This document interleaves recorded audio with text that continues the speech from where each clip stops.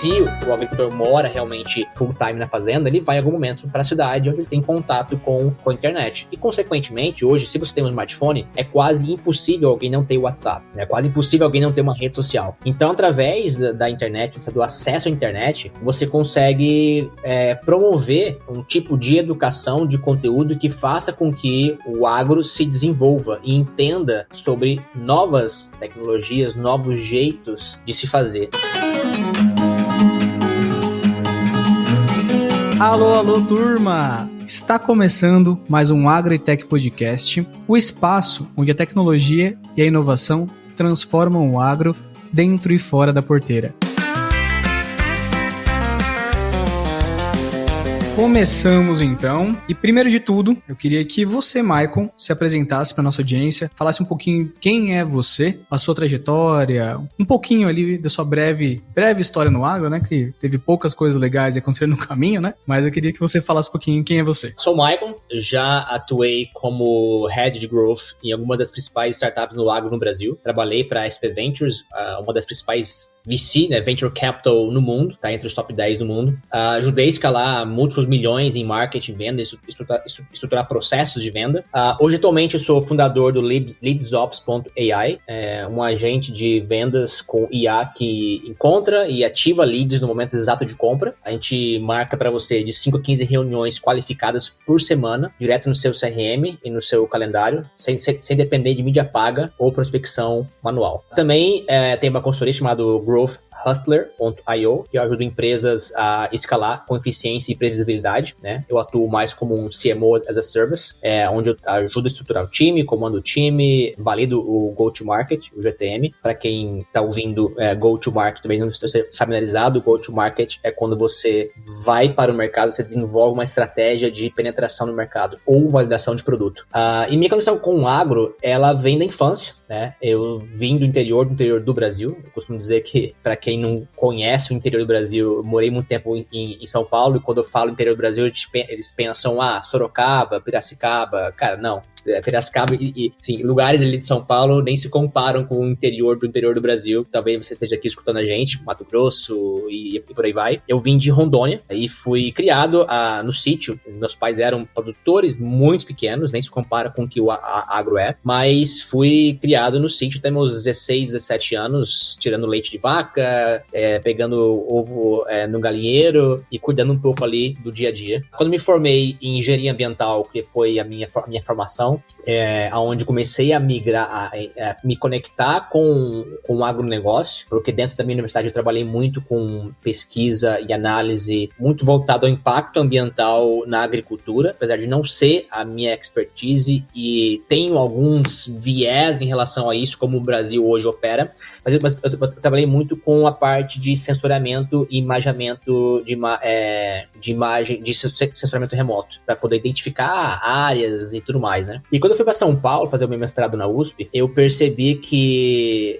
o que eu tinha aprendido na universidade, o que eu estava tentando desenvolver no mestrado, ele poderia virar um produto. E aí, a ideia acabou surgindo, na verdade, de um colega nosso, que ele virou sócio da empresa, então misturou um pouco do que ele veio com o que eu estava vivendo, com a parte de imagem de satélite, que a gente tentou desenvolver uma solução para o agro lá em 2014, quando eu comecei a iniciar o mestrado. E quando você vai para São Paulo, para quem não conhece São Paulo, ou para quem já foi para São Paulo e não é São Paulo, vai para lá, você se depara com um contraste muito grande da realidade do que é o Brasil. São Paulo é uma cidade muito grande, com muita oportunidade, muito rápida, com muitas coisas que acontecem o tempo todo, e você pode transformar a sua vida do dia para noite conhecendo pessoas certas. E foi o que aconteceu comigo. Eu acabei me conectando com uma aceleradora de startup na época, aonde numa conversa ele falou assim, cara, isso aqui poderia virar uma startup. E eu falei, cara, startup? O que é startup? Nem sabia o que era isso. Resumindo, a gente acabou aplicando, a gente foi aceito, depois de 6 meses a gente validou o produto e começou a desenvolver. Depois de 2 anos a gente captou um total,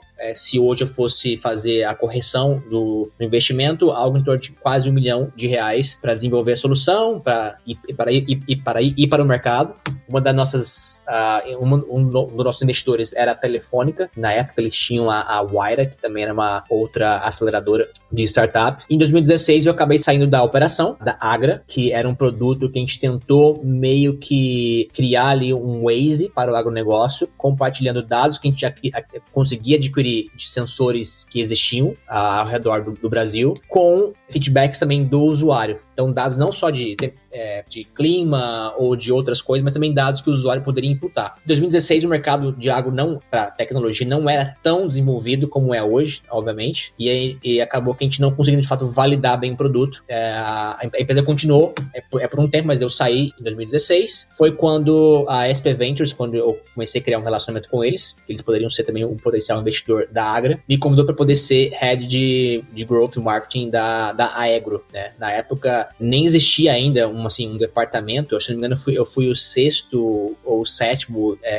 funcionário deles. Quando eu cheguei, tinha um carinha lá de marketing também, que também estava começando, e a Aegro estava ali no início ainda, assim, tinha, acho que talvez 40 clientes, alguma coisa assim, 40, 50 clientes. Hoje, até onde eu sei, tem mais de 10 mil clientes, alguma coisa desse tipo. Então, eu ajudei. Então, a minha conexão foi da infância com a minha graduação e me conectando com esse mundo de tecnologia e startup até, enfim, chegar ali quando eu cheguei e ajudei a Aegro a desenvolver todo o framework de aquisição de clientes. Michael, tem um termo que você utilizou que eu conheço bem, sou um dos caras que mais acredita nesse termo, mas eu queria que você explicasse para a audiência o que é o growth, porque a gente escuta muito do growth, né? E eu acho que ele tem total sinergia com o agro, mas às vezes a nomenclatura é um pouquinho distante. Se você pudesse nos explicar o que é o growth, por gentileza? Growth, ele vem do termo de inglês, né, de crescimento. E ele começou a ser implementado muito, usado, né, na verdade, eu não lembro a data exata, mas veio do Sean Ellis, que foi o primeiro head de growth, talvez, do mundo, né, no Dropbox. E o growth tem um mindset, na verdade, que não são nem ferramentas ou hacks, né? São, na verdade, mindset de como você pode crescer a tua empresa, seja revenue, vendas, seja usuários, seja retenção, ou a métrica que realmente importa para você no seu momento, de maneira mais eficiente, mais rápida e mais escalável. Você explicou um pouquinho da sua história, né? E ela começa ali dentro da porteira. Então você tem esse vislumbre da tecnologia dentro da porteira e fora da porteira também. E do momento que você começou a acessar a tecnologia, começou a trabalhar nesse meio do agro, até agora, né? Como que você vê essa curva de evolução dentro da porteira? E depois eu quero explorar um pouquinho fora da porteira, que pouco se fala, e eu acho que você é uma das pessoas que eu mais admiro por ter essa visão fora da porteira também. Mas dentro da porteira, desde que você começou a Agra, começou a entender um pouco mais de tecnologia e inovação no agro, até hoje, 2025, como que você vê essa curva de crescimento? Cara, mudou muito. Só pra ter uma ideia, né? Assim, eu venho dentro da porteira, por mais que eu seja uma outra realidade de um grupo grande, por exemplo, a gente tá falando que hoje para grupos grandes, né, do Brasil, que quando a gente pensa em agronegócio, óbvio que envolve todos os setores, mas uma grande parte vem, de fato, de grandes produtores, soja, milho, algodão e assim por diante. Por mais que eu não venha daquela realidade, mas a realidade que eu vivia, ela é uma amostra e um retrato do que era o agro e ainda é, por sinal, por mais que realmente a gente esteja evoluindo. A gente tem algumas estatísticas que aparecem por aí, que não sei se estão ainda atualizadas ou não. Até levantei para trazer aqui no nosso podcast. A última que eu levantei aqui é de que 57%, quase 58% das propriedades utilizam algum tipo de aplicativo ou software dentro da fazenda, né? E 22% utilizam para gestão, né? Então, pegando a minha realidade lá, morei no sítio até 2000 e...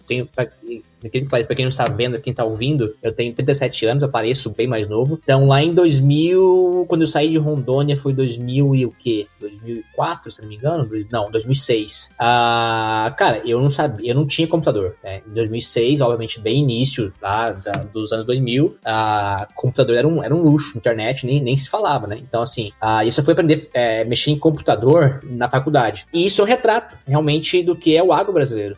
Inclusive, muitos filhos dessa geração, por mais que tenham acesso ao smartphone, por exemplo, às vezes não tem uma noção sobre ferramentas, tecnologia tecnologias que possam ajudar no dia a dia. E hoje essa mudança acontece muito por acesso à informação. Se lá em 2006, por exemplo, eu não tinha computador, não tinha quiçá smartphone, não tinha internet, você não tinha que saber o que existe, o que não existe, o que funciona, o que não funciona. Hoje, a gente tem acesso à internet. Então, por mais que alguns lugares no Brasil o acesso à rede, ela ainda não esteja lá, a rede 3G, mas a grande maioria, eles têm acesso à internet pelo menos uma vez no dia, ou pelo menos uma vez na semana. É quando ele vai, talvez, se o agricultor mora realmente full time na fazenda, ele vai em algum momento para a cidade onde ele tem contato com a internet. E, consequentemente, hoje, se você tem um smartphone, é quase impossível alguém não ter WhatsApp. É quase impossível alguém não ter uma rede social. Então, através da internet, do acesso à internet, você consegue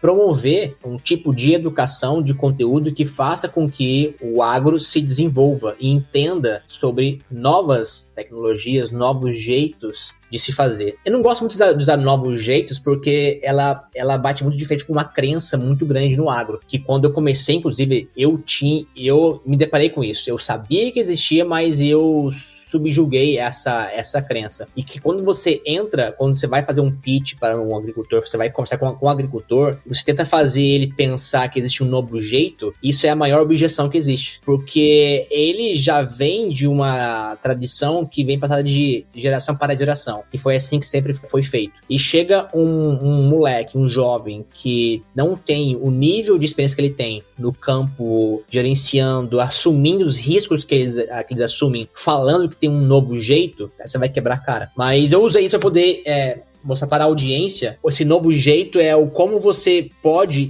explicar ou tentar se aproximar, tentando vender a tua solução ou se conectando com o produtor. E talvez o meu maior erro quando eu comecei a desenvolver a minha empresa, a Agra, em 2014, foi um erro que todo empreendedor vai passar, ou se não já passou por isso, que é você subestimar o teu usuário e você achar que sabe tudo. E quando você acha que sabe tudo, você desenvolve um produto que ninguém vai usar. E aí que vem um pouco do mindset do growth, que é você entender a jornada do usuário e como que você pode hackear ou como você pode entender e fazer engenharia reversa do usuário e começar a tentar aplicar técnicas, soluções que vão se encaixar no dia a dia dele. Vou dar um exemplo aqui que aconteceu comigo lá em 2015, 16. Eu tentava vender, na época a internet não era tão acessível, então a gente não fazia reuniões como a gente faz hoje no Google Meet, no Zoom, é muito raro acontecer isso, via telefone.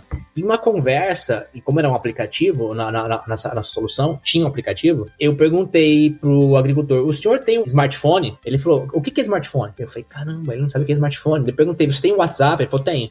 Então ele tem, de fato, um smartphone. Então, a gente subestima demais ali o produtor, achando que nós somos os revolucionários, ou quem tá desenvolvendo acha que somos os revolucionários, que vai mudar ali o jogo dele. E que no fim do dia não vai, porque ele não vai mudar tão fácil assim. Ainda mais quando você pensa numa operação de milhões que ali está envolvido, e não só isso, mas uma operação que surgiu com o avô dele, com o bisavô dele. Como é que você vai querer mudar alguma coisa que já está lá já, que vem de família, que tem uma questão, um valor familiar muito grande, sabe? Então tem um apego emocional muito grande. Então é difícil você vir com essa conversa de que é o novo, que vai mudar, que vai revolucionar, que isso realmente você vai quebrar a cara. E é muito legal, porque eu acredito em tudo isso que você falou, concordo com você, e tem um ponto muito bacana na sua fala, que é a questão do timing também. Então, às vezes, eu acho que eu tenho uma solução que ela é incrível, que ela vai revolucionar o mercado, só que eu chego lá falando dela no final da safra, onde ela não se encaixa. Então, o produtor não vai parar tudo e falar, olha que legal sua solução, deixa eu implementar ela agora, fora do timing. Então, acho que tem muito a ver com isso, né? Com certeza. E uma das coisas que eu mais admiro no Growth é a parte do teste. Então, o teste, ele vai te mostrar o resultado. Então, às vezes, o Lucas acha uma coisa, o Michael acha outra, e o teste demonstra uma terceira visão. Então, essa terceira visão, ela tem mais afinidade com o correto, porque os dados mostraram isso, né? Então, você leva nessa linha de raciocínio também, Michael? Sim, levo muito. A gente faz, quando a gente pensa em growth para o mercado de tecnologia, para startup, ele é muito realmente de validação. né? É você criar um pequeno experimento, e aí tem até um case que eu posso contar um pouco mais pra frente, que foi o case que eu ajudei a desenvolver lá na Egro. Ele veio muito disso, veio dessa questão de experimentação. E o agro, ele já vive isso, mesmo que ele não sabendo que ele vive isso. Se a gente for pegar exemplos da agricultura, é muito comum empresas que estão desenvolvendo um novo produto, uma nova semente, uma nova aplicação, eles fazem teste na lavoura do cliente. Eles pegam lá uma área amostral e fazem um teste para poder ver o quanto isso vai impactar. E aí, geralmente, os funcionários dessas empresas acompanham esse teste. Acompanham e dão todo o suporte para que talvez numa próxima safra ele adote aquela nova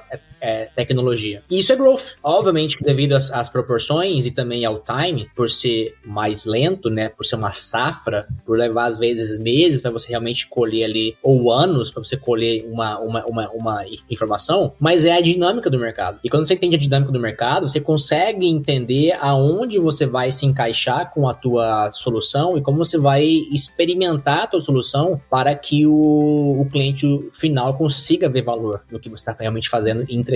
E puxando até aquela ponta do que a gente começou no início da minha pergunta, hoje a gente vê muita solução tecnológica dentro da porteira. Então o drone, um software que muda alguma coisa, tem bastante coisa dentro da porteira, mas pouco se fala fora da porteira. E fora da porteira, normalmente, onde está a receita, que é o que eu produzi, vai para o mercado. Então, essa visão toda, você consegue amarrar as pontas? Então, fala, pô, Lucas, dá pra gente utilizar as informações que estão dentro da porteira para otimizar o que tá fora da porteira? E tem tecnologia assim também fora da porteira? Sim, com certeza. E quando você vai de 10 em 10, talvez, blogs, textos ou pessoas que você vai conversar, eles vão falar sobre tecnologia, vai só falar sobre tecnologias no campo. Ferramenta, drone, imagem satélite e tudo mais. Só que esquecem não que esquecem, mas talvez não valorizam, não dão importância numa questão que é gestão. E a gestão, ela vai de dentro para fora. E quando você tem isso amarrado, quando você tem uma gestão organizada, e quando fala gestão, não é no caderno, não é em planilha, é realmente processos e ferramentas, porque numa gestão você não vem só apenas de ferramentas, se você não sabe realmente o que você está fazendo, se você não sabe o processo de que entra e sai, como que funciona. Quando você tem isso bem amarrado, o processo de entrada e saída e de como acontece no dia a dia e ferramentas que te dão apoio para poder coletar, analisar, você consegue ter uma decisão melhor, você consegue ter um olhar e uma clareza melhor do que está acontecendo. Você consegue negociar melhor, você consegue comprar e vender com melhores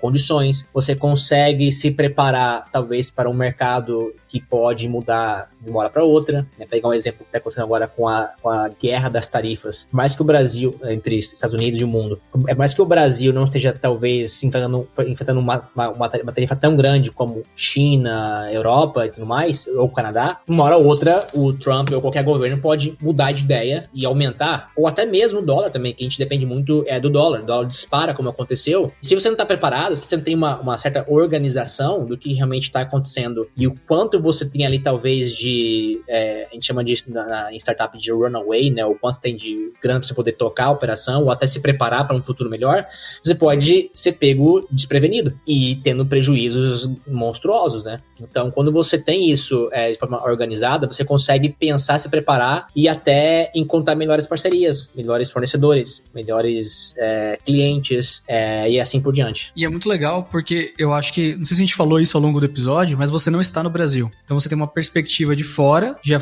morou aqui muitos anos, então você consegue olhar dois cenários distintos e correlacionar eles, né? E até trazendo agora pro ponto de vista do produtor rural, né? Como que você vê o produtor rural americano e o produtor rural brasileiro? Por mais que eu não tenha assim, uma experiência de viver no campo aqui, né, americano, mas eu tive contato com empresas e também com produtores em algumas conferências que eu já participei. Eu acho que a grande diferença, ela tá no mindset. E o mindset daqui, ele é um mindset muito de empresário. Ele não chega fazendo como uma terra, como um lugar onde você vai plantar, colher e vender. Ele chega fazendo como uma empresa, com processos, com pessoas, com organogramas muito organizado.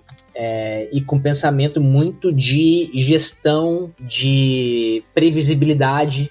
planilha que é muito raro você ver planilha, uma grande maioria tem softwares, tem software de gestão, talvez é o principal ferramenta que eles usam, é software de gestão, e obviamente eles vão agregando outras ferramentas para poder ajudar no dia a dia deles. Mas quando você vê esse mindset de empresário e até a conversa que ele tem entre eles, ou quando você vai em conferências entre eles, é uma conversa que você percebe que é uma conversa de empresário, uma conversa de como é que eu posso melhorar a minha empresa, como é que eu posso ganhar mais, como é que eu posso ter mais lucratividade, como é que eu posso reduzir o meu custo operacional, como é que eu posso melhorar o treinamento dos meus funcionários e assim por diante. E quando eu olho para o Brasil, uma realidade que eu vivi tanto olhando ali família e amigos na minha cidade e também trabalhando, ela é muito familiar, muito ainda com nível de consciência sobre o que é gestão muito baixo. Quando você fala gestão, eu faço gestão, você vai olhar, tem um caderninho anotado nos últimos 5 anos do que aconteceu. E isso é gestão. Não deixa de ser, mas de fato ela não é eficiente. E quando você entra em grupos familiares, aí você vê talvez hoje, um dos grandes talvez desafios é a parte da sucessão familiar. Então você vê muita confusão, você vê muita discussões, brigas entre os familiares, o que é normal em empresa, mas quando você não tem isso de forma profissional, de forma de gestão realmente, fica mais complicado. E aí você corre N riscos que fazem você perder dinheiro no fim do dia. Exatamente. E um ponto que eu acho bem legal, você utilizou um termo que receita em alguns momentos da sua fala, né? Eu vejo que falta isso, esse olhar clínico como empresa, de um modo geral, no empreendedor brasileiro, mas vamos parafrasear para o agro aqui, e como que a gente pode construir essa cultura de receita, e a gente pode até explicar um pouquinho do que é receita. Muito se fala de RevOps, né? Se você puder explicar o que é o Revenue, e como que a gente pode traduzir isso, tanto para o produtor rural, que está numa esfera do agro, e para empresas do agro também. Olhar de uma forma diferente, né? Orquestrando marketing, vendas e pós-vendas. Você pode me ajudar nesse tópico? Não é que o agricultor não pensa em receita, ele pensa. Só que como ele pensa, e assim como talvez empresas, o que vem sempre na mente é vender mais. Se eu vender mais, eu vou ter mais receita. Ou se eu produzir mais, eu vou ter mais receita. Só que nem sempre é assim. E você entender o teu custo, e aí se pegar ali a visão do produtor, o custo de produção, ou pegar a visão de empresário, o custo de aquisição, nem sempre você vender mais, você vai ter mais receita. E receita, na minha visão, é tudo aquilo que você vende menos do que o que te custou. Não só de você investiu em marketing e operação, mas também time, né? E quando você apenas pensa em vender mais, você não olha para isso, às vezes você pode até aumentar o teu custo, você pode até diminuir a tua margem, e você, quando olha somente para a receita, você está assim, estou feliz porque eu vendi mais, então eu fiz mais dinheiro. Mas quando você não olha e não tem isso metrificado, você corre um grande risco. Se olhar para empresas, eu vou falar um pouco maior de empresa, você pode correr um risco ainda muito maior se você tem produtos de recorrência, você tem vendas recorrentes, né? Então, você vendeu mais esse mês, por exemplo, o teu custo aumentou, e pode aumentar, tá tudo bem, mas se a tua retenção ela não se mantém como você imagina, como era antes, você pode acabar quebrando num curto período de tempo, porque o que entra não é o que vai ficar, o que você está gastando e o que entra não é o que vai ficar a médio e longo prazo. Então, quando você fala em RevOps, você está pensando muito numa operação que como eu consigo escalar a minha receita sem eu manter os mesmos custos, sem que a linha de crescimento ela se mantenha de custo, né? Ela também cresce junto com a receita. O ideal era que ela se mantenha algo mais estável e que o revenue ela aumente, e consequentemente você consegue ter uma maior margem e lucratividade. E é legal a gente usar esses termos diferentes, que não são tão recorrentes no agro, revenue, growth, porque tudo isso se traduz em processo, se traduz em dia a dia. E é o que eu falo, né? Inclusive, antes de começar o nosso podcast, eu comentei com você que vai haver uma palestra do Viticultura Insights e eu quero falar de revenue. Não é um termo recorrente no agro, mas já é o que o agro faz de uma forma diferente, só não tem esse nome, né? Então é legal a gente olhar dessa forma processual para que o agro também esteja equiparado com outros mercados. Então, o termo não é aderente, mas canais como esse, como o Agrotech, ou quem segue você, e fica até a dica, sigam o Michael, porque ele é incrível, consegue ter esse acesso de informação que talvez não vai ter na ponta. Então ele já está meio que equiparado com outros mercados. Então acho que essa dispersão de conhecimento é muito importante.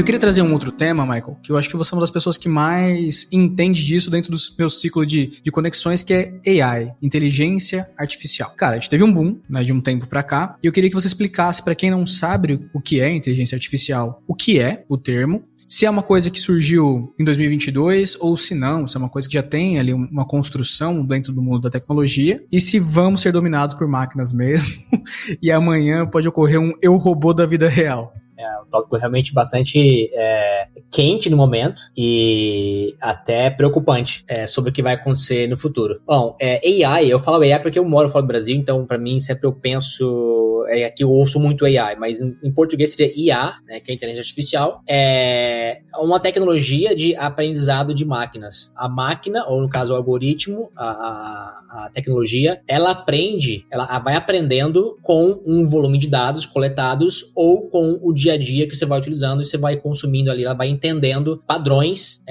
e vai conseguindo gerar mais rápido, mais inteligente e mais vezes mais eficiente o que um ser humano poderia fazer. Eu, assim, uso como usuário de AI talvez desde 2017. AI não é algo novo, ela já existe já há um bom tempo, eu não lembro quando realmente ela existiu ou começou a usar dentro de ferramentas, não tenho essa data, mas já tem já um bom tempo. Mas ela se tornou popular e acessível ao usuário final, final de 22, foi isso? Ou 21? 22, enfim, quando o ChatGPT de fato criou, né, o ChatGPT, que é a versão para o usuário final consumir a inteligência artificial. A ChatGPT é da empresa da OpenAI, onde também você pode consumir através de outras maneiras quando você é empresa e você consome essa tecnologia dentro da sua operação. E com acesso, como aconteceu, e a ChatGPT foi, acho que é o maior case de crescimento no mundo, acho que em 5 dias eles bateram mais de 1 milhão de usuários, deu a oportunidade para que a máquina consumisse mais informações, mais dados, onde os usuários imputavam várias coisas e conseguisse analisar e aprender mais rápido com o ser humano para poder melhorar, né? Hoje em dia, para quem usa o ChatGPT, se comparar ao início, ele está muito mais avançado, muito melhor. Inclusive, acabei de abrir hoje cedo aqui, eles lançaram uma nova feature. Uma nova... Eles eles melhoraram a janela de memória. O que é essa janela de memória? É o tempo o volume de dados que ela consegue armazenar e ela não se perder quando vai começar a processar. Então, antigamente, quando você usava o ChatGPT num chat por muito tempo, depois de, sei lá, 20, 30 conversas trocadas, ela se perdia, ela começava a alucinar. A gente fala de alucinação. Agora, com esse aumentou essa janela de memória, ela lembra de coisas de meses, anos. Eu perguntei que me descreva em poucas palavras como que é o meu comportamento. E ela puxou coisas que eu troquei ideia com ela meses atrás. Então, isso mostra o quanto que a gente está evoluindo para um tipo de tecnologia onde você vai armazenando a tua informação e você vai conseguindo conversar com a tua informação para poder obter mais insights ou até mesmo a IA para você fazer o trabalho de análise, interpretação e recomendação do que você deve fazer. Que é um pouco do que a LeadsOps faz hoje, né? Hoje a gente basicamente não, a gente substitui 3 grandes profissionais dentro de uma empresa.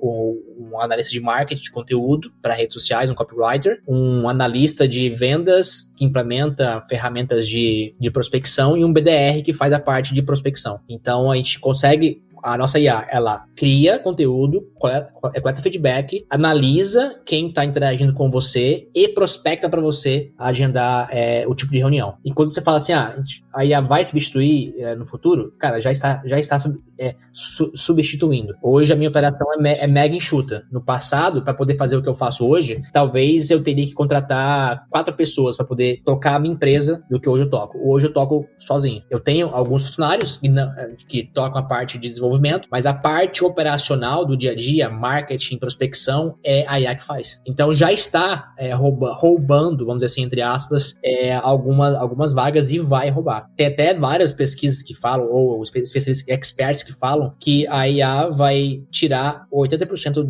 do trabalho que existe hoje. Vai substituir. Então, trabalhos operacionais, como é hoje, de marketing e vendas, ela vai substituir. E colocando isso para uma realidade do agro, para quem é do agro e tá ouvindo, falando, já acontece isso também. Já acontece com máquinas. As máquinas hoje no Brasil são muito avançadas, substituem várias pessoas. Já existem máquinas autônomas e cada vez vai ser mais comum as máquinas autônomas. Elas já são autônomas, o que precisa hoje é de uma pessoa lá dentro, mas daqui a alguns poucos meses ou anos, nem isso vai mais precisar. Talvez o agricultor, o agricultor, ele vai tocar a operação através de um laptop, vai acordar no dia, apertar um botão e no final do dia ele vai só ver o que aconteceu, vai receber um relatório, vai compilar o que está acontecendo. Parece um pouco ficção, parece um pouco vídeo de futurístico, mas é o que já acontece em empresas de outros setores e que vai acontecer muito rápido no agro. A evolução tecnológica, ela tá assustadora mesmo, né? Porque acho que a gente tem mais ou menos a mesma faixa de idade. Não vou sair um pouquinho do agro só pra explicar, mas poxa, lançava um console de videogame. Lançou o PlayStation 1. Demorava um tempão para lançar o PlayStation 2 e a discrepância de imagem, jogabilidade, era tudo muito diferente. Então lançava um celular, depois de um tempo lançava um outro, era muito diferente. Hoje as lacunas de tecnologia estão mais curtas, mas com passos assim enormes. Então foi o que você comentou, né? Em breve a gente vai ver coisas mais autônomas. Eu vi um comercial recentemente, eu não vou falar o nome da empresa porque eu não me recordo mesmo, mas é como se fosse um animal robótico que a pessoa monta em cima e faz a trilha com ele pra poder, tipo, ser um... Você viu isso também? E eu falei, isso deve ser... Eu falei, isso deve ser brincadeira, né? Deve ser uma parada, tipo, que o pessoal tá criando, né? Não, de fato vai ocorrer, né? Então, são tantas coisas que estão fora da nossa realidade. E uma das coisas que eu queria até utilizar você como exemplo, muita coisa a gente vê aqui no Brasil, mas aí fora já é realidade. Então, a gente fala, pô, tá distante do Brasil. Cara, não está porque já está sendo utilizado em outros países. Você sente essa diferença de acesso à tecnologia por conta dos países? Sim, com certeza, até por renda, né? Se te comparar Estados Unidos com o Brasil, aqui tem mais dinheiro, mais renda, o acesso aqui, o custo de oportunidade ele é muito menor, né? Então, como se for de videogame e smartphone, no Brasil, um iPhone sai por, no mínimo, uns 6, 7 mil reais, né? Se for comparar ali, não convertendo, mas se você for comparar com um salário mínimo, você precisa ali, talvez, de 3, 4 salários mínimos para você poder comprar um iPhone. Aqui um iPhone ele é $800, ou seja, o cara consegue comprar 2, 3 iPhones com um salário mínimo. Então esse é um exemplo, obviamente básico, mas isso se aplica a todos os outros setores. Por exemplo, Tesla no Brasil, se tiver 2, 3 Teslas, Tesla é muito. Uma que é caro e a outra que não tem uma rede de superchargers, que é onde você vai abastecer ali o teu Tesla. Você pode até ter em casa, mas ele não é tão eficiente e rápido quanto um supercharger. Você consegue abastecer um Tesla em menos de 1 hora, assim, encher ele todo, né? Carregar ele todo. E aqui não, aqui você vai, eu moro na Califórnia, então você vai, em qualquer esquina tem um supercharger. Então, assim, o número de Tesla é muito grande. Um Tesla, você compra aqui um Tesla, o básico, que é o Model 3, o Model 3, você compra ele por $25 mil. É muito acessível, então, assim, né? É muito acessível. Qualquer jovem que começa a ganhar um pouco mais de dinheiro, que tem ali, sei lá, vamos fazer uma analogia ao Brasil, ganhar 5 salários mínimos, ele compra um Tesla muito rápido, né? Sim. Tesla, outras coisas acessíveis. Em São Francisco, já tem Uber autônomo, e não é Uber, é uma outra empresa, mas para entender, você chama ali o carro e o carro vem sozinho. Não tem ninguém. O carro ele tem várias câmeras ao longo do carro, em cima e tudo mais. Você chama, entra, o carro vai e funciona normal. Roda em São Francisco toda esse carro, tranquilamente. Em Los Angeles, também eu já morei em Los Angeles um tempo, para entrega, eles têm um robôzinho em downtown ali, em West Hollywood, que é onde talvez é mais concentrado e também tem mais acessível, né, em termos de calçada e tudo mais. Tem um mini robôzinho assim, que imagina um carrinho de picolé, pra quem é brasileiro, pra quem vem do interior, lembra muito do carrinho de picolé, só que menor, assim, ele é uma miniatura de um carrinho de picolé. Ele fica rodando a lei toda, entregando coisa. Ele chega na empresa onde você fez o deliver, apita no teu celular uma notificação, você vai lá fora, abre o carrinho, pega a tua encomenda e o carrinho vaza, o carrinho vai embora. Isso é um dos exemplos que N outras situações que tá acontecendo, né? Hoje o Tesla, ele não é autônomo por questões de legislação. Na verdade, ele é autônomo. Você pode dirigir ele autonomamente. Em português, de forma autônoma. Forma autônoma. Só que você não pode deixar de tocar no volante a cada X minutos. Pra você poder tocar, e aí, se quiser relaxar, você pode dirigir lá, ele vai dirigir. Ele não faz curvas acentuadas ainda, os que já existem, mas tem várias demonstrações onde novos Teslas estão vindo para poder dirigir realmente sozinho. E vai ser questões de, meses talvez, para que realmente carros elétricos dirijam sozinho. E esse é um exemplo de tecnologia hoje que já acontece aqui fora, muito acessível, que no Brasil talvez tenha um pouco de carros elétricos, mas não tanto quanto tem aqui o número de frota. Mas outras coisas também no dia a dia, casas inteligentes, casas conectadas. Por exemplo, na minha casa tem câmera em todos os lugares. Qualquer movimento apita uma notificação para mim e já até identifica quem é, dependendo do que se é uma pessoa, se é um animal. Identifica se aquele objeto, ele não identifica a pessoa, mas identifica se aquele objeto, no caso uma pessoa, ele é já conhecido na câmera, ou seja, já veio várias vezes como entregador, por exemplo, né? Então já evita você ficar preocupado de ficar olhando ou até mesmo se correr algum tipo de risco. Drone, hoje tem drone autônomo. Eu tenho um drone que ele filma sozinho. Então eu faço uma configuração, vou caminhando, ele vai me seguindo e vai filmando. Isso no agro também já existe. No agro tem várias coisas em relação a isso. Enfim, tem N situações que é muito corriqueiro e muito acessível aqui fora, por conta desse custo-benefício de poder de compra, que no Brasil às vezes leva um tempo para você realmente ser implementado. Exatamente. E é muito legal escutar isso, até para nossa audiência, porque não é o cotidiano. Não é todo mundo que tem esse fácil acesso a esse tipo de conteúdo, né? E é legal porque você vivencia isso. Então você não viu numa matéria ou escutou num lugar, você vivencia, é a sua vida, né, de fato ali. E é muito legal. E a gente tá caminhando pro finalzinho desse podcast e confesso, Maicon, que foi para mim um momento de muito aprendizado.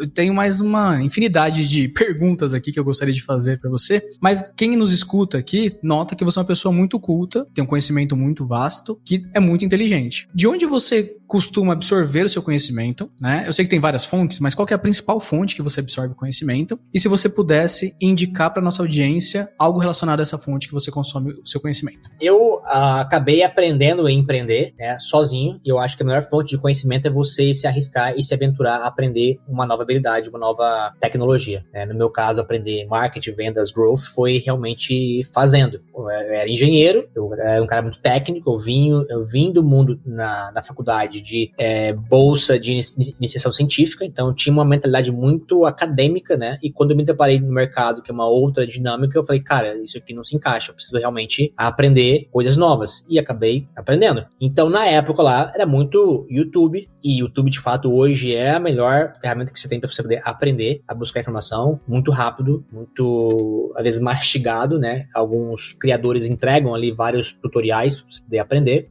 Google era um tempo atrás também a minha fonte, eu pesquisava como fazer tal coisa, como implementar, como fazer isso, como fazer aquilo, e aprendia, consumia muito na época, quando eu comecei a aprender marketing, growth, vendas, também muito blog, muita gente grande como Neil Patel, como Russell Brunson, que é um cara muito forte em marketing digital, e livros e tudo mais, conferências, né? Talvez ali um pouco do dia a dia. Só que hoje a minha maior fonte de conhecimento é o ChatGPT. Cara, qualquer coisa, e as pessoas não têm esse mindset ainda que eu percebi. Tem muita pessoa que ainda usa o Google para poder procurar algum tipo de informação. Se você mudar esse mindset e pedir para o ChatGPT o que é tal coisa e como aplicar para minha realidade e você explicar a tua realidade, ele vai te entregar um protocolo pronto para você poder implementar dentro da sua realidade. Então, muda tudo isso para tecnologias como IA, o ChatGPT ou qualquer outra LLM. O ChatGPT eu falo porque, de fato, é o que é mais conhecido, mas tem vários outros que eu poderia aqui falar. Mas se você começar a mudar e mudar o teu mindset de como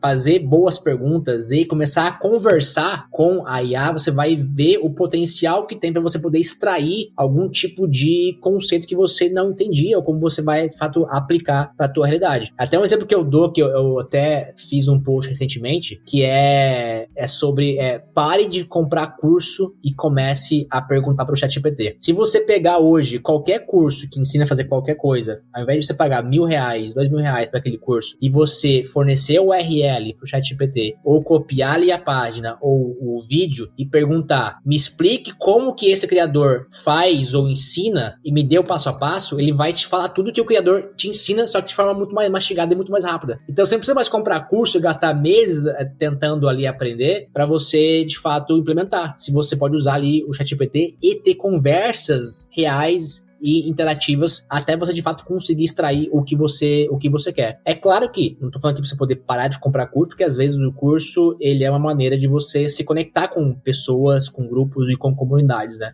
Eu faço parte de uma que eu sempre renovo o ano todo, que é o Reforge, que talvez é a maior comunidade do mundo ali, onde os maiores profissionais de growth estão lá. VPs, de heads e CMOs de grandes empresas de tecnologia estão lá. Então, você aprende, mas também você se conecta. E também isso obviamente é importante. Mas se você não tem essa oportunidade de se conectar com esse tipo de comunidade e acessar, o ChatGPT é a tua maior ferramenta que você pode utilizar. Sensacional. E a gente conversou no último assunto sobre como a IA vai tomar espaços de várias formas, né? E para o jovem que está escutando agora, que é do agro, e fala, poxa, já estou pensando em ser um engenheiro agrônomo e talvez não seja da maneira que eu gostaria, ou o mundo vai mudar. O que você falaria para esse jovem que está na construção de carreira, seja na pecuária ou seja na agricultura, como que ele pode se preparar para esse futuro? Eu não sou aquele tipo de profissional que defendo o abandone a universidade, abandone a escola. Eu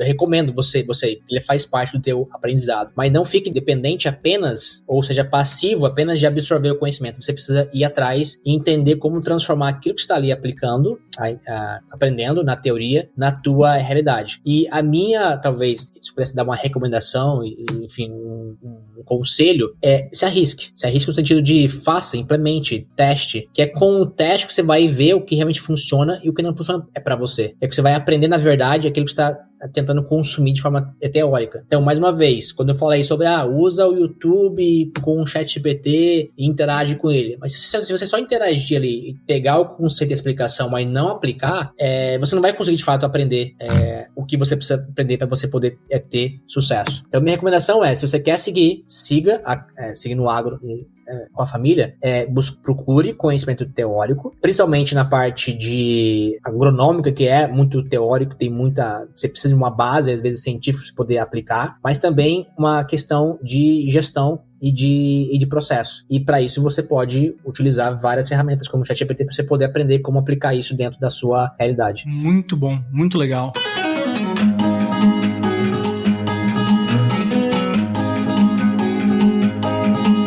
Michael, muito obrigado. Foi um episódio extremamente enriquecedor, com muito conteúdo, muito conhecimento. E se eu quero te encontrar, né, se nossos ouvintes quiserem te buscar para conhecer mais sobre você, conhecer mais sobre a LeadsOps, qual que é o caminho mais lógico para seguir? Eu sou muito mais de criar conteúdo no LinkedIn, onde, inclusive, é onde minha ferramenta realmente tem mais espaço e tem mais conexão. E eu também gosto de escrever, então eu não sou muito cara de falar, de fazer vídeo, eu detesto fazer vídeo que tem que editar, aí você erra e tudo mais, eu não sou esse cara de fazer vídeo. Eu prefiro mais texto ou um tipo de demonstração de alguma ferramenta. Então você pode me procurar no LinkedIn, pode digitar Maicon, M-A-I-K-O-N, Schissel, S-C-H-I-E-S-S-L. Você vai me conectar lá e você vai me acompanhar alguns conteúdos e algum tipo de material que eu sempre estou disponibilizando. Muito obrigado, Michael. Então chegamos ao final desse episódio e lembrando que o AgriTech Podcast faz parte do grupo Agro Resenha. Então acesse e conecte também com os outros podcasts da casa. O Agro Resenha, o Agro em Pauta, Raiz do Agro, Brasil que Produz e o Baseado em Fatos Rurais. E lembrando, curtiu esse conteúdo? Passe para alguém que precisa conhecer mais sobre inovação e tecnologia do agro e siga aqui também o AgriTech Podcast nas mídias sociais e também no Spotify. Um grande abraço e até o próximo episódio.